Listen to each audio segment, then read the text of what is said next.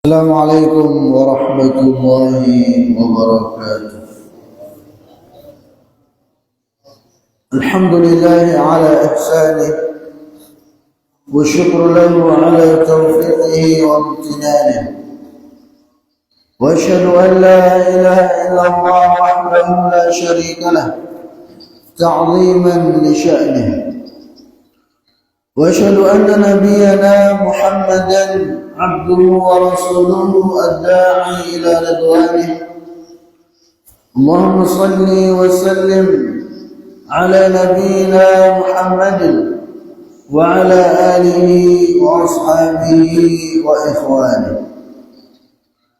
رب اشرح لي صدري ويسر لي أمري واحلل عقدة من لساني يفقهوا قولي. اللهم انفعنا بما علمتنا وعلمنا ما ينفعنا وزدنا علما. Para jemaah yang mudah-mudahan dimuliakan dan dirahmati oleh Allah Azza wa Jalla, puji dan syukur senantiasa kita panjatkan kepada Allah Subhanahu wa taala atas segala limpahan nikmat dan karunia yang telah diberikan olehnya. Sebagaimana salawat serta salam senantiasa kita peruntukkan kepada Nabi kita yang mulia, Nabi besar Muhammad sallallahu alaihi wasallam, begitu pula kepada keluarga beliau, kepada sahabat-sahabat beliau, kepada orang-orang yang selalu berusaha mengikuti dan menapaki jejak beliau hingga akhir zaman kelak. Para jemaah yang dimuliakan, pada kesempatan ini kembali kita melanjutkan pembahasan kita dari Kitabul Buyu', yaitu hukum-hukum seputar muamalah syar'iyyah, ya, seputar transaksi jual beli dalam syariat kita, di mana terakhir pada pekan yang lalu kita sudah membahas beberapa hal yang berkaitan dengan al-buyu' al-muharramah. Jadi bentuk-bentuk jual beli yang haram, bentuk-bentuk transaksi yang dilarang dalam syariat kita, di mana kita sudah sebutkan bahwasanya transaksi-transaksi yang haram dalam agama kita itu semuanya sebabnya itu kembali kepada tiga hal. Itu karena di dalamnya mengandung kezaliman, atau mengandung gharar, ketidakjelasan barang, atau yang ketiga karena mengandung riba. Hampir semua itu bermuara pada ketiga sebab ini. Nah, sudah kita bahas poin yang pertama, yaitu bentuk-bentuk transaksi yang haram karena mengandung unsur kezaliman. Karena pada dasarnya dalam Islam transaksi jual beli itu harus dilakukan atas dasar saling meridhoi. Baik pembeli ataupun penjual harus sama-sama ridho. Si penjual dengan sukarela menjual barangnya, begitu pula si pembeli dengan sukarela membeli barang tersebut. Ya, baru sah transaksinya itu. Maka kalau ada kezaliman dari salah satu pihak, maka itu akan menafikan, akan meniadakan keridhaan itu sendiri. Sudah kita sampaikan ada tiga bentuk transaksi yang haram dikarenakan mengandung unsur kezaliman. Pertama adalah al-ghish. Itu semua bentuk transaksi yang mengandung unsur menipu orang lain, apapun itu bentuknya. Entah barangnya dioplos, ya, atau mungkin timbangannya yang dia culas curang, atau apapun bentuknya. Ya, dari bentuk-bentuk menipu dalam transaksi jual beli itu semua hukumnya haram, hasilnya haram, uang yang didapatkan adalah haram. Kemudian yang kedua adalah an-najash, yaitu jual beli yang mengandung unsur kezaliman dalam bentuk seseorang melakukan najash.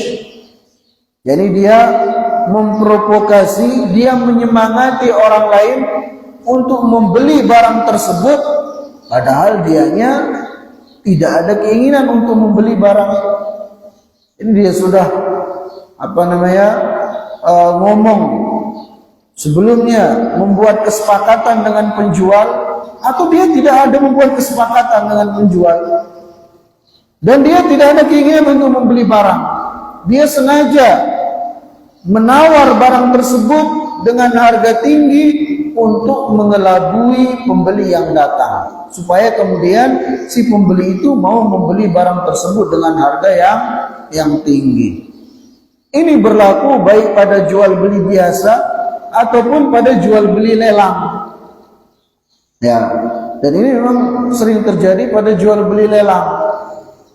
Jadi nanti si penjual itu sudah ada kong kali kong, ya sudah ada kesepakatan dengan orang-orang tertentu, yang nanti orang itu pura-pura menawar barang itu untuk mengelabui pembeli yang lainnya. Maka ini dalam Islam namanya jual beli najash, hukum yang haram. Atau termasuk najash adalah ketika seseorang itu mensifati barang yang dia jual dengan sifat yang tidak ada pada barang tersebut. Ya, dia katakan, oh, ini barang ini ya pernah dipakai sama artis ini misalnya, supaya harganya tinggi, supaya si pembeli membelinya dengan harga tinggi. Nah, ini termasuk najash. Atau juga termasuk najash adalah ketika seseorang berbohong, seorang penjual berbohong mengatakan, ini barang ini saya beli dengan harga 10 juta, padahal dia belinya ya 5 juta misalnya, supaya dia bisa mengelabui pembeli agar mau membeli dengan harga yang tinggi. Nah, itu dia bentuk-bentuk najash yang hukumnya haram, transaksinya ya itu pada dasarnya hukumnya tetap sah. Nanti kalau kemudian si pembeli itu mengetahui bahwasanya dia telah ada unsur najash pada transaksinya itu, pembeli itu memiliki hak untuk mengembalikan barang tersebut dan penjual harus mengembalikan duitnya, begitu. Nah, kemudian yang ketiga, dan ini terakhir yang kita bahas pada pekan yang lalu, itu bai'ur rajuli ala bai'i akhi wa syira'i ala syira'i wa sawmihi ala sawmihi. Termasuk jual beli yang terlarang karena mengandung unsur kezaliman adalah ketika seseorang membeli di atas pembelian saudaranya, atau dia menjual di atas penjualan saudaranya, atau dia menawar di atas tawaran saudaranya. Maka ini tidak diperbolehkan. Ya, Rasulullah sallallahu alaihi wasallam bersabda, "Wala yabi' ba'dukum ala bai'i akhihi, wala yasumil muslim ala saumil muslim." Kata Nabi sallallahu alaihi wasallam, janganlah salah seorang dari kalian itu menjual di atas penjualan saudaranya, atau menawar di atas tawaran saudaranya, atau membeli di atas pembelian saudaranya. Ya, si A dan si B sedang melakukan transaksi, sudah hampir deal. Ya, tiba-tiba datang si C mengatakan kepada si pembeli, baik pembeli, sini beli sama saya aja, saya kasih diskon. Sehingga ya si pembeli itu tidak jadi membeli kepada kawannya yang satu itu, dia pindah kepada si C ini. Ini namanya menjual di atas penjualan saudaranya. Ya, begitu pula sebaliknya, membeli di atas pembelian saudaranya. Si A sedang melakukan tawar-menawar dengan si B. Si A pembeli, si B penjual. Tiba-tiba datang si C mengatakan, wahai A, sini beli sama apa namanya? Wahai B, saya beli barangmu saja. Saya saja yang beli barangmu dengan harga yang lebih tinggi daripada si A ini. Ya, ini berarti dia membeli di atas pembelian saudaranya. Sehingga biasanya ini akan menimbulkan apa? Permusuhan, akan menimbulkan kebencian. Makanya dilarang dalam syariat kita. Bahkan juga dalam hadis yang lain Rasulullah SAW menyebutkan wala yakhthub ahadukum ala khitbati akhihi. Ini walaupun di luar pembahasan ya. Jadi Rasulullah SAW bersabda, janganlah salah seorang dari kalian itu mengkhitbah di atas khitbah saudaranya. Khitbah itu apa? Meminang. Ya, ada seorang wanita, dia sudah setuju sama seorang laki-laki yang datang meminang dia. Ya, tiba-tiba datang laki-laki lain, dia meminang di atas pinangan saudaranya. Nah, ini dilarang oleh Rasulullah Sallallahu Alaihi Wasallam karena itu akan menimbulkan permusuhan. Nah, kecuali kalau si wanita ini menolak pinangan si A misalnya, ya nggak apa-apa, nanti si B yang maju, si C yang maju, silakan. Ya, tapi kalau sudah diterima, maka yang lain tidak boleh maju. Ya, ini semua dilarang oleh Rasulullah Sallallahu Alaihi Wasallam. Salah satu sebabnya adalah karena itu mengandung unsur kezaliman dan bisa menimbulkan permusuhan, kebencian di antara sesama Muslim. Ya, jadi tidak boleh membeli di atas pembelian orang lain. Tidak boleh menjual di atas penjualan orang lain, tidak boleh menawar di atas tawaran orang lain, kemudian juga tidak boleh mengkhitbah, meminang di atas pinangan orang lain. Kemudian selanjutnya para jamaah yang ulun muliakan, yang keempat dari bentuk-bentuk transaksi yang diharamkan karena mengandung unsur kezaliman adalah al-ihtikar. Itu memonopoli barang. Huwa an yahbisa sil'ata 'anil nas ma'a hajatihim ilaiha liyazdada at-talab 'alayha thumma yabi'uha bi si'rin murtafi'. Monopoli itu adalah ketika seseorang menumpuk-numpuk barang, menahan ya barang yang dimana barang itu sangat dibutuhkan oleh manusia, tapi dia sengaja ya tumpuk di gudangnya, ya kemudian nanti dia jual dengan harga yang tinggi, sehingga kemudian apa? Memudaratkan orang banyak. Ya, sehingga perbuatan ini bentuk menzalimi orang banyak. Apa hukumnya? Ittafaqal fuqaha ala tahrimil ihtikar min haitsul jumlah. Jadi kata beliau, para ulama semua sepakat tentang pengharaman memonopoli barang tersebut. Ya, Rasulullah sallallahu alaihi wasallam bersabda dalam sebuah hadis yang sahih, la yahtakiru illa khati'un. Bahwasanya tidaklah seseorang itu memonopoli itu dengan melakukan yang tadi, dia tumpuk-tumpuk barang, dia tahan barang di gudangnya, yang dimana barang itu dibutuhkan oleh orang banyak, dia sengaja menahannya untuk kemudian nanti dia jual dengan harga yang melambung tinggi. Maka la yahtakir, tidak melakukan perbuatan monopoli seperti ini illa khati'un, kecuali orang yang berdosa, kata Rasulullah sallallahu alaihi wasallam. Kemudian syurutu, nah ternyata ada syarat-syarat. Ada syarat-syarat baru monopoli itu dikatakan haram. La yakunul ihtikaru muharraman illa bi syartain. Jadi memonopoli barang itu tidak dikatakan haram kecuali kalau terpenuhi dua syarat. Al-awwal an yakuna fi waqtil ghala. Pertama adalah ketika dia memonopoli barang itu ketika barang tersebut harganya sedang melambung tinggi.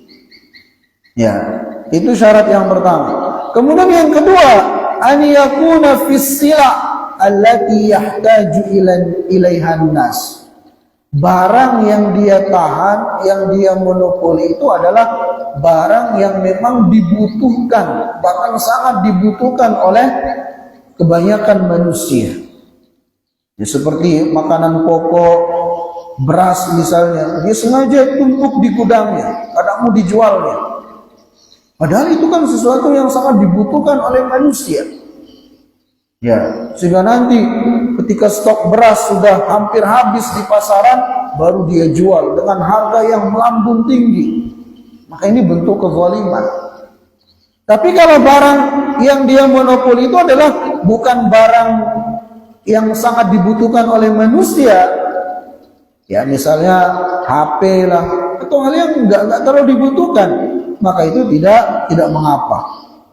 Ya, tidak mengapa. Itu dia dua syarat baru monopoli barang itu dikatakan haram begitu. Mudah-mudahan bisa dipahami. Kemudian himayatul huquq al-ma'nawiyah wal fikriyah.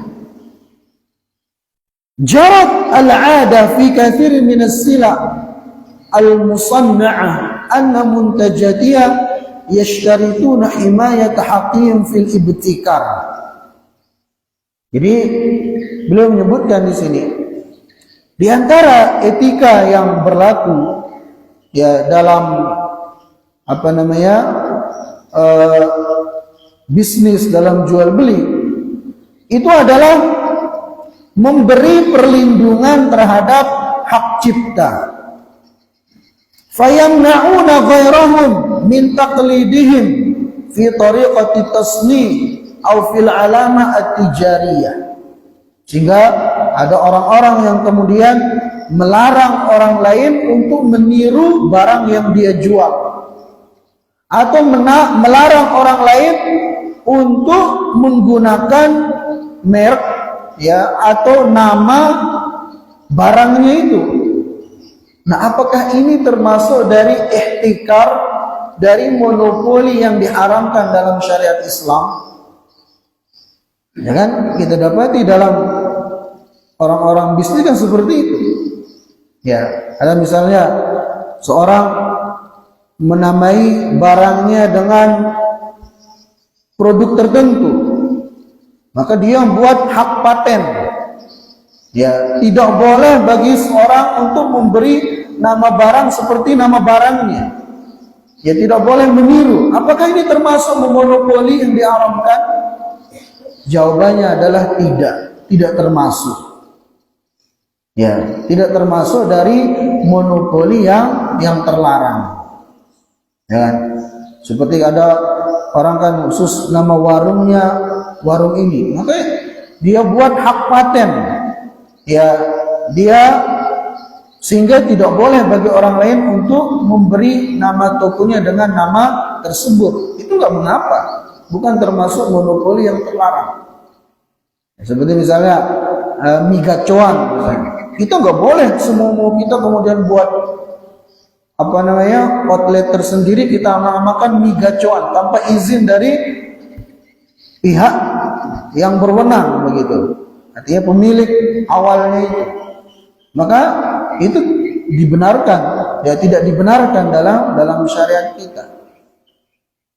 Nah, jadi perlindungan hak cipta atau perlindungan nama atau barang yang sudah dipatenkan itu dibenarkan dalam syariat Islam. Sehingga seorang itu tidak boleh meniru-niru barang orang lain atau membuat merek dengan merek yang sama kecuali dengan izin pemilik barang tersebut. Ya.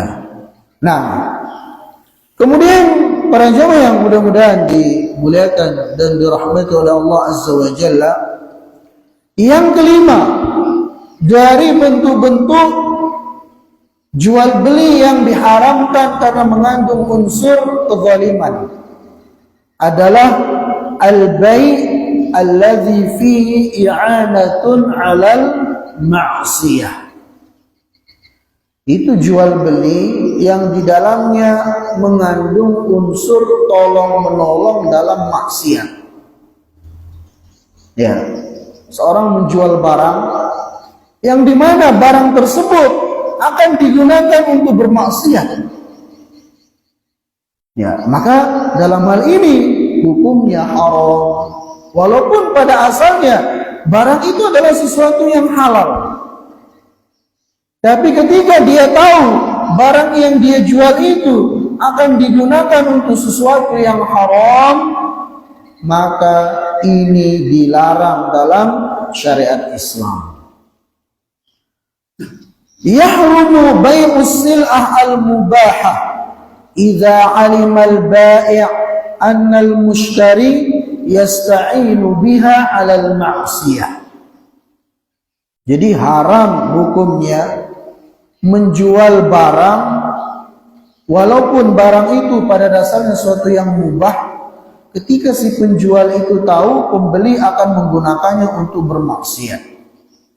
Mithlu bai'il 'inab liman ya'lam annahu yusna'u minhu khamran.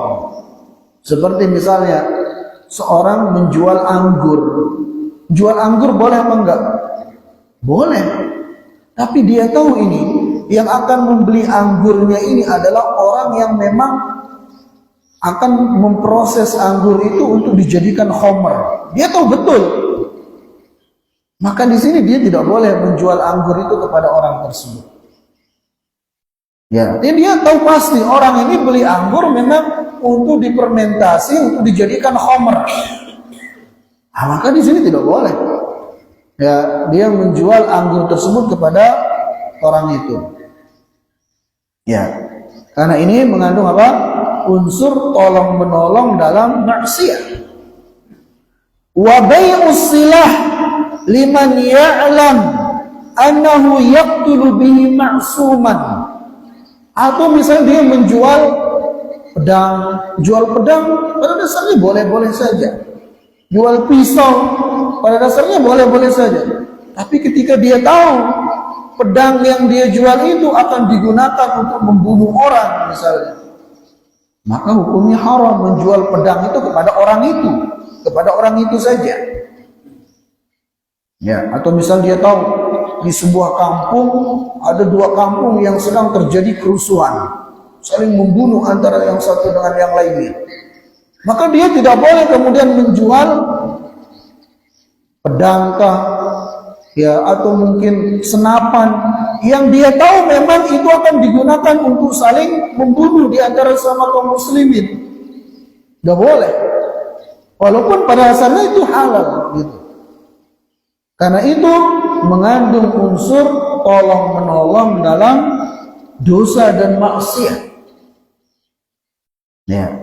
Atau contoh lain, ini yang sering ditanyakan, khususnya dalam perayaan-perayaan agama lain. Ya, Natalan misalnya. Ada seorang jualan wadai. Dia tahu si pembeli wadai ini ya akan menjadikan wadai yang dia beli itu untuk acara Natalan, acara yang diharamkan itu. Apakah boleh menjual wadai itu kepada dia?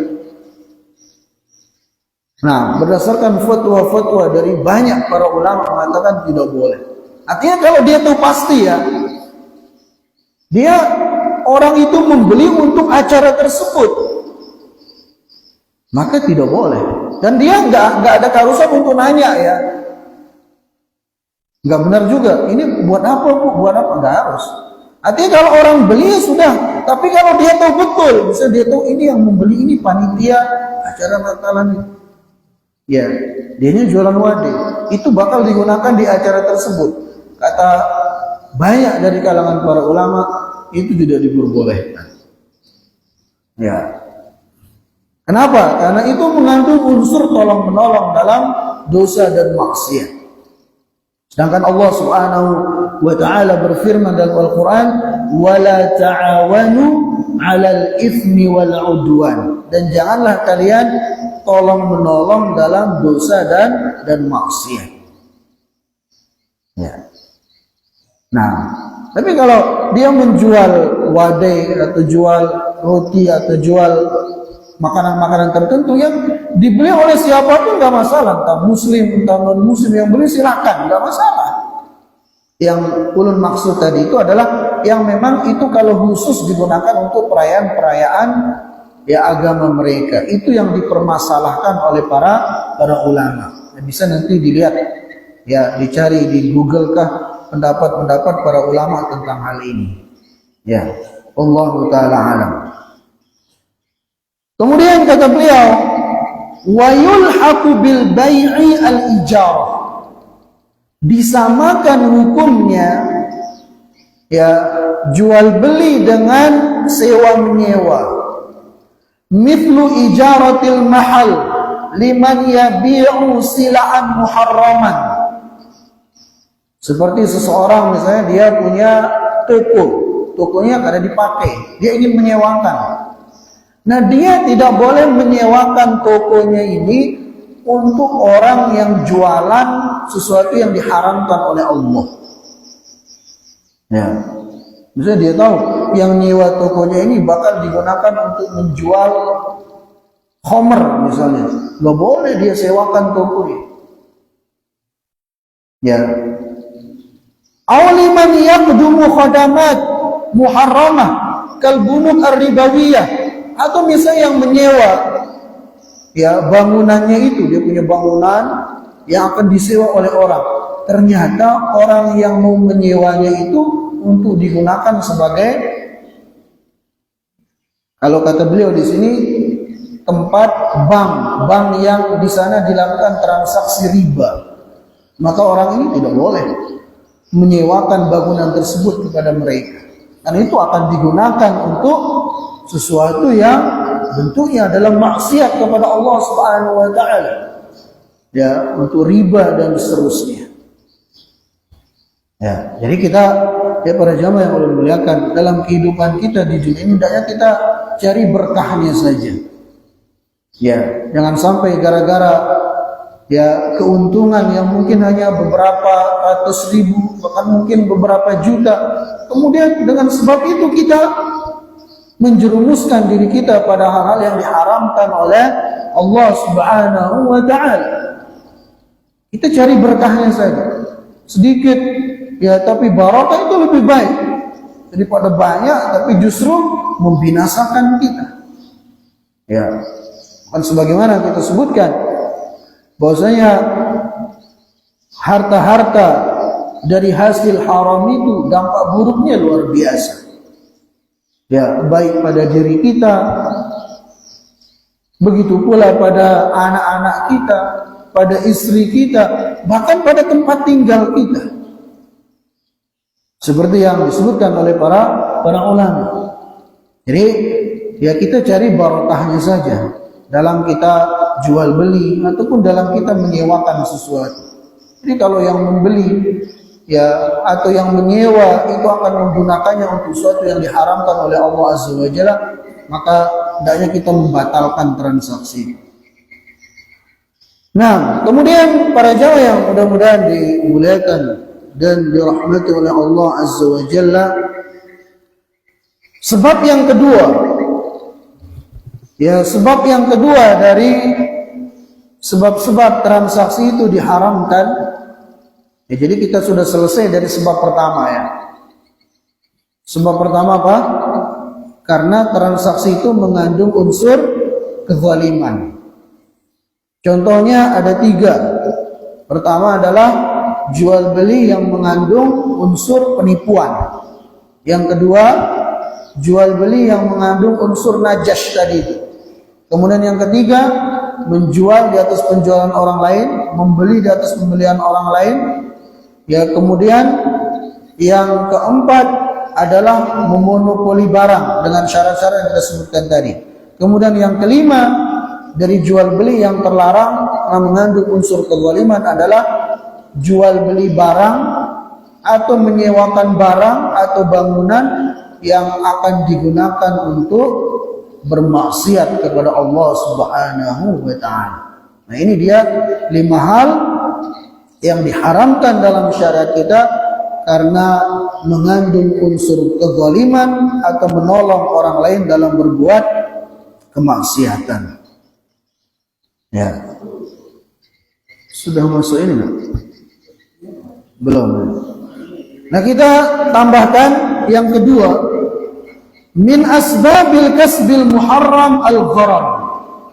Nah, sebab yang kedua dari sebab-sebab diharamkannya transaksi adalah al-gharar. Itu karena mengandung unsur gharar. Itu ketidakjelasan. Al-gharar fil lughati ismun masdarun min at-taghrir wa huwa al-khatar wal khad'ah wa ta'ridul mar'i nafsahu aw malahu lil halakah.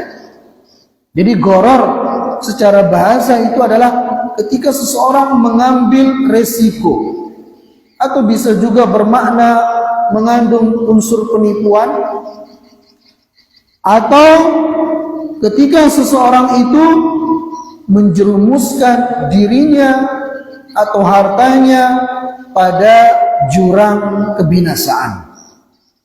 Nanti akan lebih jelas dengan contoh-contohnya.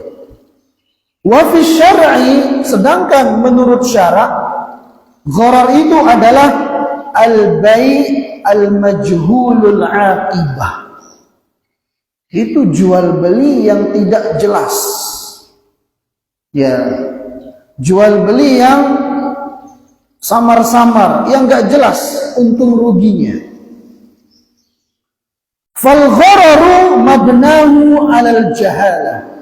Jadi gharar ini berawal dari jahalah, ketidaktahuan, ketidakjelasan. Wahiyal jahalatu imma an takuna fil mabi' aw fis tsaman. Dan ketidakjelasan di sini bisa pada barang yang dijual atau bisa juga terjadi pada harga. Contoh misalnya, fal jahalatu fil mabi' qad takun, maka ketidakjelasan pada barang bisa terjadi dalam bentuk-bentuk berikut ini. Al-awwal bi'adamil ilmi bil mabi' nafsihi. Itu ketika seseorang menjual barang atau membeli barang yang barangnya itu enggak jelas. Ka'an yaqul, seperti seorang penjual mengatakan kepada pembeli, bi'tuka ma fi hadzal sunduq bi mi'ati riyal wa huwa la ya'lamu ma bidakhilihi.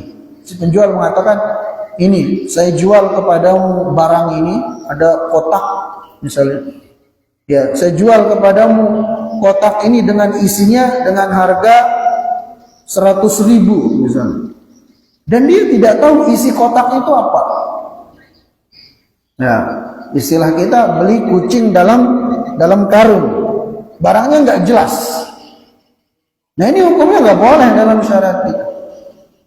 Ya, transaksi seperti ini hukumnya haram karena ada gharar, karena ada ketidakjelasan pada barang. Ya, au bi'adamil ilmi bisifati, atau bentuk lainnya dengan seseorang itu menjual barang yang barangnya itu tidak diketahui sifat-sifatnya oleh pembeli. Ka'an yabi'a sayyaratan bi asyrati alafi riyal wal mushtari lam yaraha wa lam ya'rif sifatiha. Seperti misalnya si A menjual mobil kepada si B. Dia bilang, wahai B, mobil saya mau enggak kamu beli? Saya jual dengan harga 50 juta misalnya. Si B mengatakan iya. Ya, saya mau beli. Sedangkan si B ini belum melihat barangnya. Si A pun tidak mengabarkan kepada si B tentang spesifikasi barangnya seperti apa. Asal jual saja. Si B juga asal beli saja. Nah, ini juga namanya gharar. Sehingga yang terjadi nanti ya spekulasi, untung rugi yang nggak jelas, bisa jadi si A ini yang untungnya besar, atau bisa jadi si B, karena barangnya nggak jelas begitu. Au bi'adamil ilmi bimiqdari, atau seorang menjual barang yang tidak jelas jumlahnya atau ukurannya nggak jelas. Ya, misalnya ada orang menjual tanah. Ini terjadi dahulu di zaman jahiliyah, disebutkan dalam sebuah hadis yang sahih. Ya, dia jual tanah dalam bentuk apa? Dibilang, saya si A jual tanah kepada si B. Dia bilang, wahai B, saya jual tanah saya ini kepadamu dengan harga 100 juta. Yang jumlah tanah yang kau boleh ambil sesuai dengan jauhnya lemparanmu, misalnya. Kemudian si A ngasih si B batu, kemudian dilempar. Sejauh lemparannya itulah yang menjadi hak si B. Sehingga kan barangnya nggak jelas, ukurannya nggak jelas. Ya, nah, mungkin ini bisa dikiaskan juga dengan yang dilakukan oleh sebagian orang pada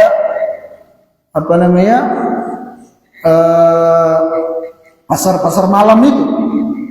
Ya, ada dikasih suatu dilempar, ya kalau ini dia dapat untung besar, tapi kalau nggak kena-kena, entah balon kah atau entah ada yang bundar dilempar, sehingga kalau mengenai dia mendapat, kalau enggak berarti rugi. Itu semua dalam syariat kita adalah sesuatu yang diharamkan. Ya, hukumnya haram. Kenapa? Karena nggak jelas, barangnya nggak jelas. Begitu. Au bi'adamil qudratil bai' ala taslimi, atau termasuk gharar adalah ketika si pembeli itu tidak bisa menyerahkan barangnya. Misalnya si A dia kehilangan motor. Motornya yang hilang itu dia jual kepada si B. Tentunya dengan harga murah. Tapi dengan konsekuensi nanti si B nyari sendiri motor itu. Ya, dia bilang motornya semua harganya 10 juta. Dia bilang kepada si B, B, saya jual motor saya yang hilang itu dengan harga ya 500.000, tapi kamu cari sendiri. Ya kalau dia ketemu, si B ini akan untung besar. Tapi kalau kada ketemu, ya rugi si B itu. Ya, menjual barang yang dianya tidak mampu menyerahkan barang itu. Nah, ini termasuk gharar. Ya, karena barangnya nggak jelas begitu. Maka transaksinya menjadi haram. Dia tidak dibenarkan dalam syariat kita. Kemudian contoh gharar ketidakjelasan dalam harga. Kalau tadi ketidakjelasan dalam barang. Bi'adamil ilmi bi ka'an yaqul bi'tuka as-sayyara bi thamani alladhi tarah. Ini contoh gharar ketidakjelasan dalam harga. Seorang menjual mobil, dia katakan, si A jual mobil kepada si B, dia katakan, wahai B, ini ya mobil ini saya jual kepadamu ya dengan harga yang engkau inginkan, dan dia tidak menentukan harganya. Harusnya kalau jual beli itu barangnya jelas, harganya juga jelas. Ya. Aw binardini ka'an yaqul khudh hadhihi sayyara naqdan bi 100,000 aw nasi'atan bi 120,000 fayakhudha wa yaftariqa biduni tahdidin ats-tsaman. Atau misalnya si A yang jual mobil tadi ya mengatakan kepada si B, wahai B, ini mobil ini saya jual kepadamu. Kalau engkau beli dengan harga cash ya harganya 50 juta. Tapi kalau dengan harga kredit harganya 60 juta. Kemudian dia pergi. Keduanya berpisah tanpa menentukan apakah cash atau ke kredit. Nah, ini berarti tidak jelas pada harganya. Jadi intinya para jemaah yang Allah muliakan, dalam syariat kita itu, dalam transaksi muamalah yang syar'i itu, baik barang ataupun harga itu harus jelas.